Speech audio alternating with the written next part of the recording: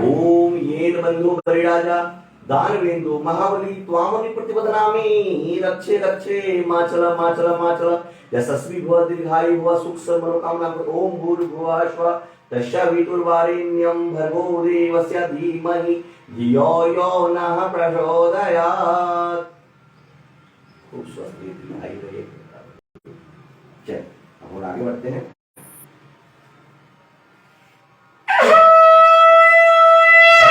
अतः ब्रह्म बोले श्री सत्यनारायण स्वामी की जय।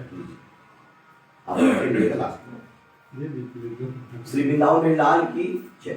एक समय नारद जी सहज प्राणी की इच्छा से अनेक लोगों में घूमते हुए बैठो बैठो नहीं बैठ मैनर्स बैठिए।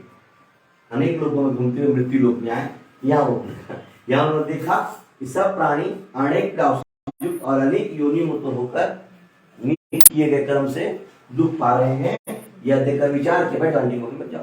अच्छी जाओ यहाँ बैठो बैठो कहीं बैठो। यह देखकर विचार के इन लोगों का दुख किस प्रकार दूर हो ऐसा मन विचार कर विष्णु लोक में चले गए। वहां जिनके शुक्रवर्ण हैं, चार भुजाएं हैं, जिन्होंने शंख चक्र को धारण किया है और वन माला से मैंने फूलों की माला से सुशोभित रचनाएं हैं, उनको देखकर भगवान प्रे करने लगे, प्रार्थना करने लगे। बोले कि नारद जी बोले हे महाराज वचन और मन से न धारण करने के युग अनंत शक्ति युक्त और निरात्मक है।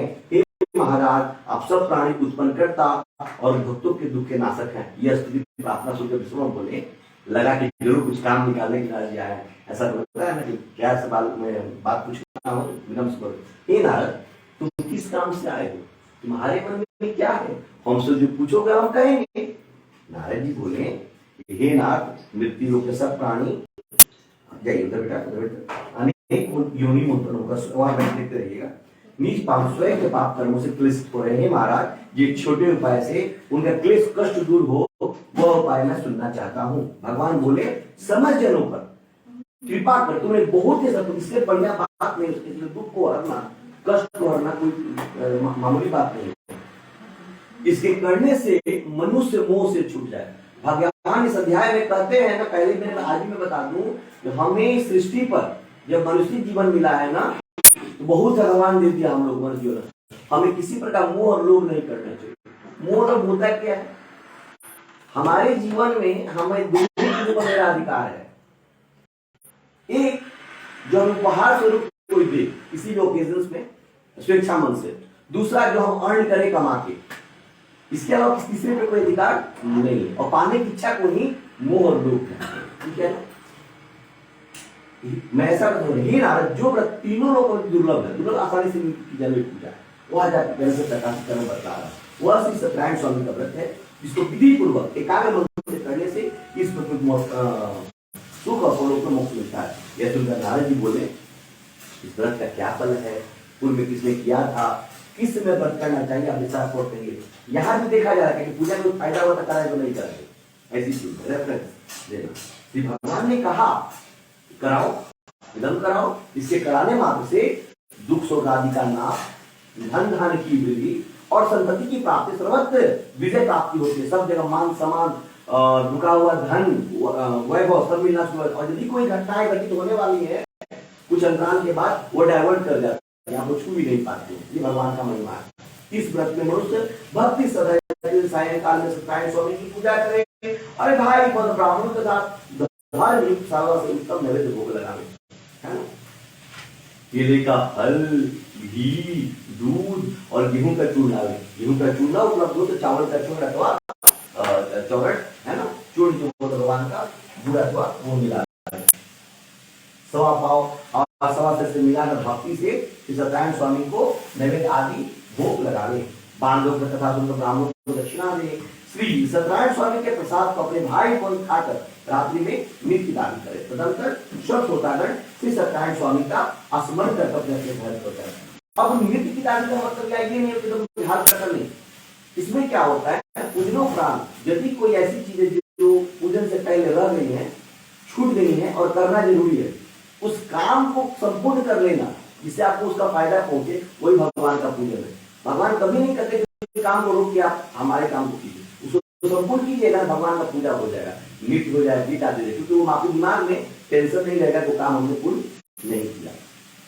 सुतागढ़ श्री सत्यनारायण स्वामी का स्मरण करते हुए अपने अपने घर करें। इस प्रकार व्रत करने से मनोवांछित के फल मिलते, विशेषकर इस कलिकाल में, कलयुग में पृथ्वी पर इससे बढ़कर दूसरा कोई मनुष्य के लिए नहीं है। ये नारद जीवन व्रत के लिए क्या सुनिए। काशीपुरी जगह का नाम है, काशीपुरी में निर्धन सतानंद नामक एक ब्राह्मण जुदा के पास से दुखी पृथ्वी पर भिक्षा मांगने हेतु घूमता था। ब्राह्मण प्रिय भगवान नारायण ने दुखी ब्राह्मण को देखकर बूढ़े ब्राह्मण का रूप धारण कर अति आदर से पूछा, रूप बदल के, ये विप्र अथवा मित्र किस कारण पृथ्वी पर अपनी घुमा करते हैं, आराम से घुमा करते हैं, यह हमारी सुनने की इच्छा है। ये क्या इच्छा हो तो ही कहिए, नहीं है तो मत कहिए। तो जो भिक्षा ब्राह्मण से बोलते हैं कि मैं दरिद्र हूँ, गरीब हूँ, भिक्षा के लिए एकदम सच बात बोल दिए, घुमाएंगे भिक्षा के लिए बर्बाद करते हैं। यदि आप जानते हो तो कृपा कर कहीं साक्षात भगवान से बात कर रहे हैं। तो वृद्ध ब्राह्मण बोले जो साक्षात भगवान थे, हे श्रेष्ठ, श्रेष्ठों में श्रेष्ठ,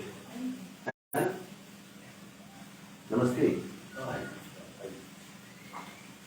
हे श्रेष्ठ, मतलब पहला भगवान ने कहा है ना कि पहला भगवान और दूसरा भिक्षा मांगने, और उसका कोई नहीं होता है। हम ही लोग उसके लिए अपने में से निकाल के जो भी रोटी सब्जी चावल पैसा देते हैं ना, तो हम लोग माध्यम उसके मतलब भगवान अपने रूप में उन भिक्षा मांगने को रखा है। इसलिए मनोरथों को सिद्ध करने वाला उत्तमोत्तम श्री सत्यनारायण स्वामी का व्रत करो,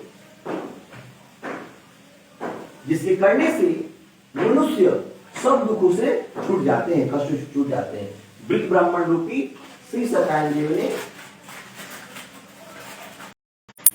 व्रत का विधान ब्राह्मण को बताकर कि ऐसे ऐसे विधि होता है, अंतर्ध्यान हो गए, अपने लोग को चले गए।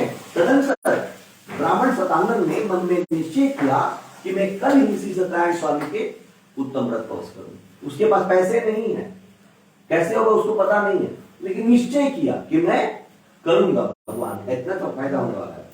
इसी चिंता में उत्सुकता के चलते ब्राह्मण को रात भर नींद नहीं आई। सुबह उसे निश्चय कि आज मैं श्री सत्यनारायण स्वामी के व्रत पहुंच, भगवान का महिमा परम्पार है, ठीक है। यह संकल्प कर भिक्षा मांगने को गया। तो जिस व्यक्ति को प्रतिदिन 1 रुपया 2 रुपया मिलते थे ना, उस दिन भगवान का चूंकि आसानी से उसकी बचाता पूजा, कोई 50, कोई 10, कोई 5, जितना समर्थन अनुसार था, जैसे लोग थे वैसे पैसा उसको दिए। और वो दे नहीं रहे थे, भगवान दिलवा रहे थे, ताकि वो आसानी से भगवान का पूजन सामग्री, प्रसाद, ये सारी चीजें खरीद ले, है ना। तो उस दिन उसको सब दिनों से ज्यादा द्रव्य रुपए पैसे प्राप्त हुआ, ठीक है। उस बहुत खुशी हुआ द्रव्य से उसने अपने भाइयों के साथ श्री सत्यनारायण स्वामी के व्रत को किया था। सामग्री इकट्ठा करके जो दुख में काम आने वाले व्यक्ति थे उनको किया। उसके प्रभाव से, जैसा भगवान ने बताया है, क्या चाहिए जी जी, उसके प्रभाव से सब दुखों से केवल एक जला दे रहा है। तो ठीक है, बड़ा अच्छा लगता है। उसके करा लेने मात्र से सब दुखों से छूटकर सर्व संपत्ति से युक्त हो गया। मैंने जो नहीं था वो भी सब कुछ हो गया। व्रत के प्रभाव से सदानंद जो नगर में श्रेष्ठ माना, सब जगह मान सम्मान बढ़ गया और उसकी नौकरी तक लग गई। कुछ लोग नौकरी दे दिया, सैलरी पर रख लिया, तो भिक्षा मांगने की जरूरत नहीं है। भगवान का महिमा इतना अपरंपार है। और तभी से वह ब्राह्मण हर महीने व्रत करना देखा। इसको कराने से जब इतना समझ क्यों नहीं हमेशा कराया बीच बीच में, है ना। भगवान ने कहा, देखो तो गौरी आ रहा है ना, भगवान ने कहा कि सत्यानंद द्वारा किया हुआ श्री सत्यनारायण सूर्य पूजन है। इसको जानकर जो मनुष्य व्रत करते हैं, ये हम लोग के बीच की बात है। जी बेटा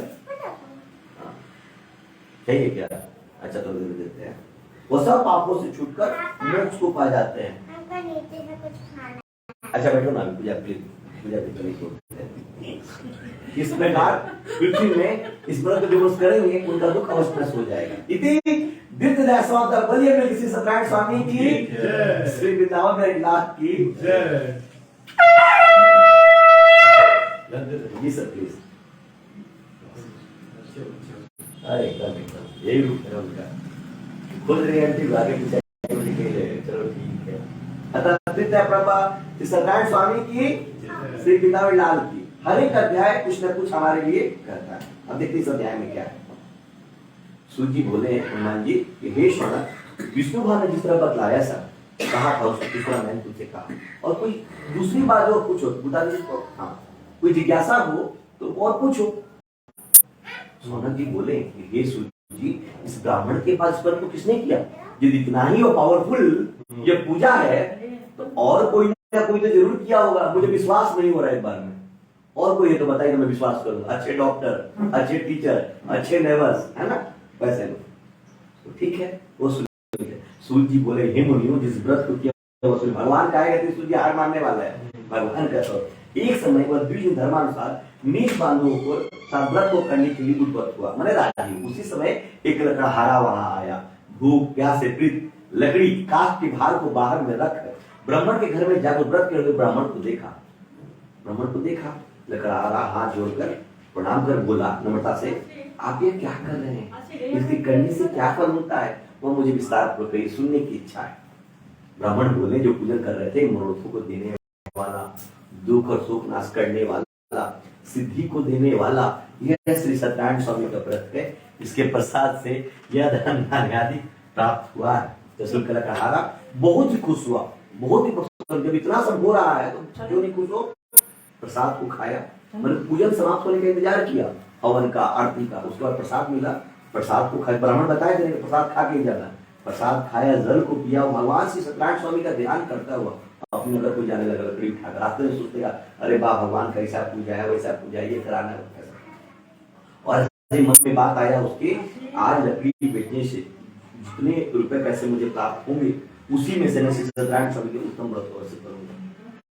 ऐसा मन विचार कर उसे लकड़ी को सीख पर रखा। आज जहाँ धनी लोग रहते थे उस आसानी से लकड़ियां अच्छे दामों में बिक जाए। जगह का बहुत असर पड़ता है व्यापार में, है ना। मुझे लगा हर एक को भी पूर्वत अनुसार दुगना रुपए पैसे प्राप्त हुए, अच्छे दाम में लकड़ियां बिक गई, जैसे पूर्वत में हुआ था। वह तत्व प्रसन्न और खुशी मन से सुंदर केले के फल, शक्कर, दूध, घी, गेहूं का चूड़ और अन्य जो भी फल मिठाइयां हैं, जितना सामर्थ्य है उतना पूजन पाठ कर। ये प्रसन्नता का चीज है, उत्साह का चीज है पूजा। जितना हो पाए उतने में करना। उसको सबको सवाई लेकर घर में आकर अपने भाई दुख सुख में आने लोगों को भाई बंधुओं के साथ बुलाकर विधि से उसने श्री सत्यनारायण स्वामी के व्रत को किया। भगवान ने कोई कमी नहीं किया कि तुमको कुछ देने में कोई दिक्कत हो। उस व्रत के प्रभाव से लकड़हारा भी धन्य पुत्र से युक्त हो गया, है ना। हो सकता है वो लकड़हारा टिम्बर का जो है दुकान ही खोल लिया हो भगवान के आशीर्वाद से। महिमा तो पार है। इस लोक में सुख पाकर अंत में सब लोग को चला गया। हे मुनिगण, मैं और कथा कुछ नहीं है। इति तीर्थदया समाप्त। मिल के बोलिए श्री सत्यनारायण स्वामी की जय, हरि लाल की जय। चल अगला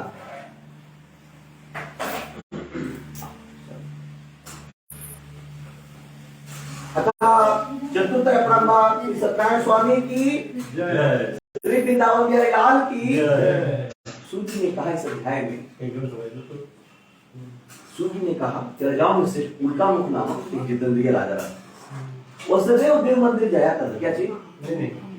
वो सदैव देव मंदिर जाया करता।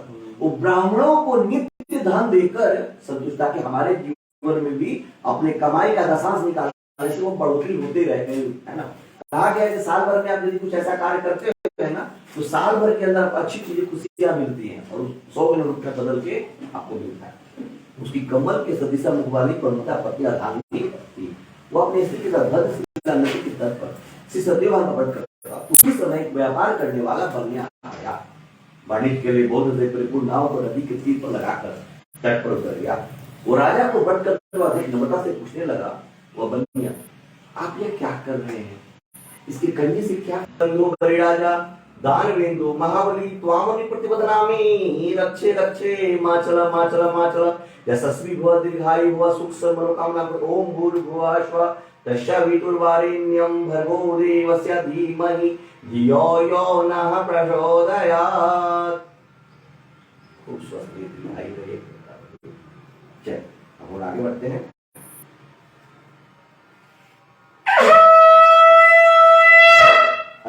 ब्रह्मा बोले श्री सत्यनारायण स्वामी की जय। अब श्री वृंदावन में लाल की जय। एक समय नारद जी सहस प्राणी की इच्छा से अनेक लोगों में घूमते हुए बैठो बैठो नहीं बैठ मैनर्स बैठिए, अनेक लोगों में घूमते हुए मृत्यु लोक में आए। यहाँ उन्होंने देखा कि सब प्राणी अनेक युक्त और अनेक योनि में होकर किए गए कर्म से दुख पा रहे हैं। यह देखकर विचार के बैठो अंडी बन जाओ, अच्छी जाओ यहाँ बैठो बैठो कहीं बैठो।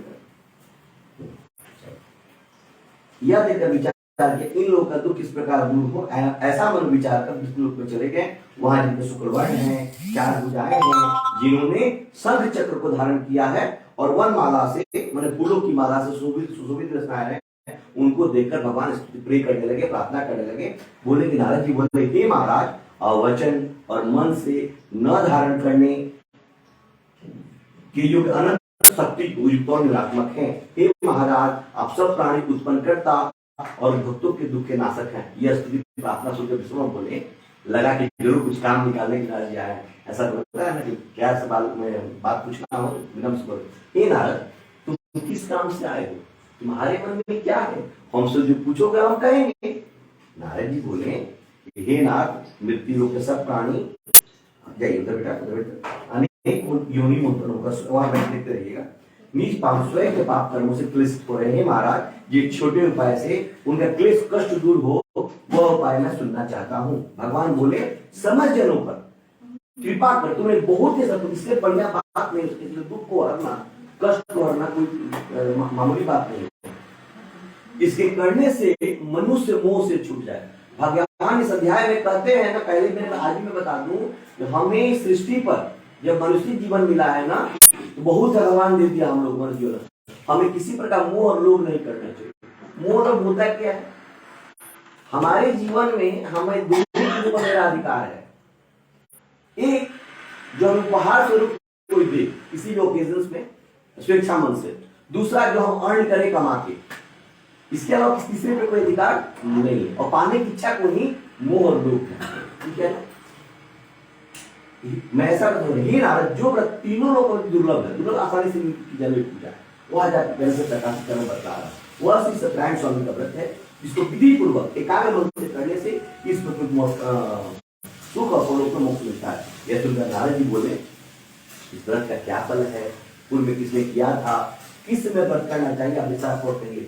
यहाँ भी देखा जा रहा है कि पूजा में फायदा होता कराए तो नहीं कराए, ऐसी चीज रेफरेंस देना। श्री भगवान ने कहा कराओ, विलंब कराओ, इसके कराने मात्र से दुख शोक आदि का नाश, धन धान की वृद्धि और संतति की प्राप्ति, सर्वत्र विजय प्राप्ति होती है। सब जगह मान सम्मान, रुका हुआ धन, वैभव सब मिलना शुरू। और यदि कोई घटनाएं घटित होने वाली है कुछ अंतराल के बाद, वो डाइवर्ट कर जाता है, आपको छू भी नहीं पाते। ये भगवान का महिमा है। इस व्रत में मनुष्य भक्ति सदैव सायंकाल में सत्यनारायण स्वामी की पूजा करे। अरे भाई ब्राह्मणों के साथ धार्मिक सेवा से उत्तम नैवेद्य भोग लगावे, है ना।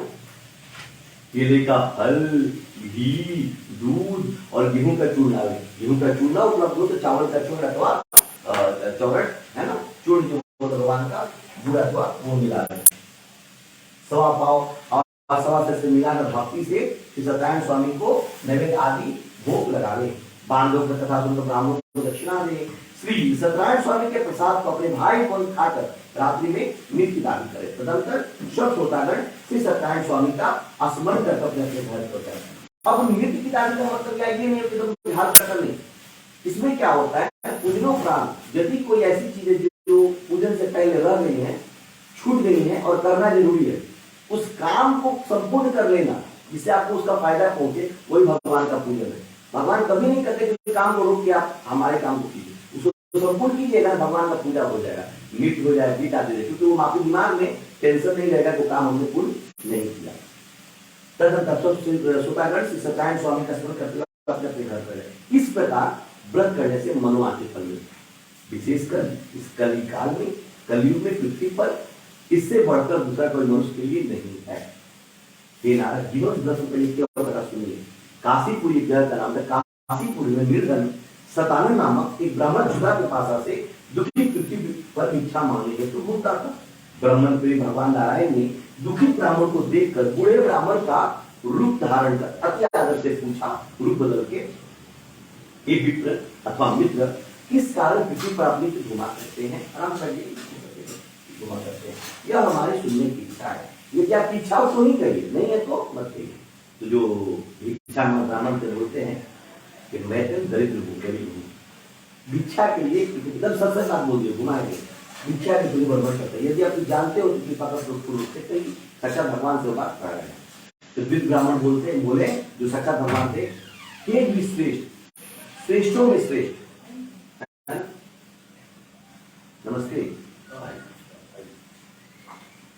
हे श्रेष्ठ, मतलब पहला भगवान ने कहा है ना कि पहला भगवान और दूसरा भिक्षा मांगने, और उसका कोई नहीं होता है। हम ही लोग उसके लिए अपने में से निकाल के जो भी रोटी सब्जी चावल पैसा देते हैं ना, तो पहले हम लोग माध्यम उसके मतलब भगवान अपने रूप में उन भिक्षा मांगने को रखा है। इसलिए मनोरथों को सिद्ध करने वाला उत्तमोत्तम श्री सत्यनारायण स्वामी का व्रत करो, जिसके करने से मनुष्य सब दुखों से छूट जाते हैं, कष्ट से छूट जाते हैं। वृद्ध ब्राह्मण रूपी श्री सत्यनारायण देव ने